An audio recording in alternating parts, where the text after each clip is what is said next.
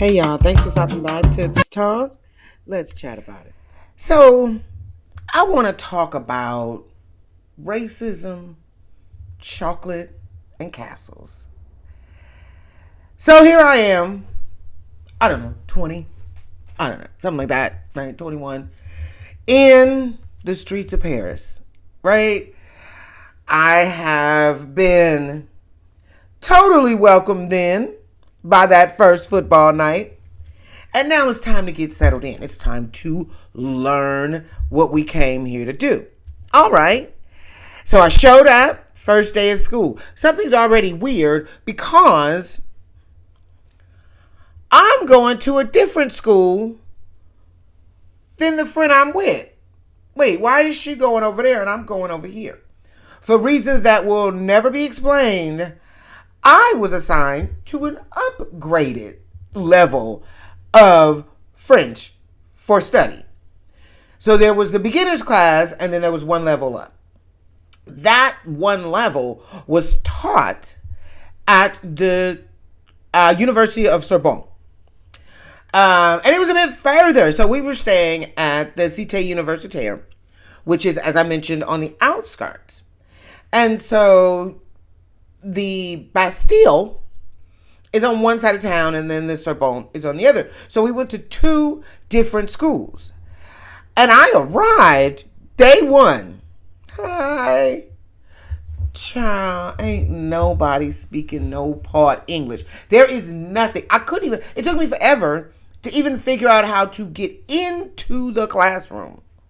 Because everything is in French. Because, well, I'm in France. I can't speak anything. I'm like, oh, what is going on? Then I get into the classroom and the teacher is lovely and the students all say hi in French. And that class was completely and totally in French. Remember, I had just left English. And I had just left America before that. Very English. And not even good English. I had no idea what was going on. So I sat through class 1. I was like, okay, we're going to see how this goes. And then I sat through class 2. And I said, maybe this is not going to work. So then I go over to the school. And then they get it adjusted. And I end up in the beginner's class. But in all this moving around and getting settled, a couple of things showed itself. One, at that time, and I cannot stress the fact that I can't speak for right now, but I can speak for today. I mean, that day, that time period. If I had brought my colonist with me on my shoulder, I would not have had the wonderful time I did because the people around me did not. This concept of racism that America has, it didn't come with me. And I didn't bring that bitch with me. As I said, leave a method. It was amazing that I wasn't the little black girl from the hood. I was the American college student learning French, and that was it. And the weight that was lifted for that 1 month to no longer be those other things. I was just the girl going to college. In my head, I'm still the black girl from the hood in France. But the people around me, if you didn't bring it, it wasn't there. And I was so happy that it wasn't there. The other interesting thing was, oh my God, castles. My school, the Cité Universitaire, albeit it's a dorm, looks like a castle where you go to eat breakfast, lunch, and dinner because, they gave us food as a part of the program. It looked like a castle. Of course, the University of Sorbonne looked like a castle.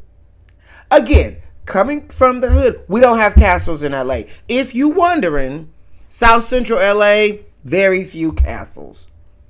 It was daunting for it to just be so foreign, but in a way that was welcoming and warm.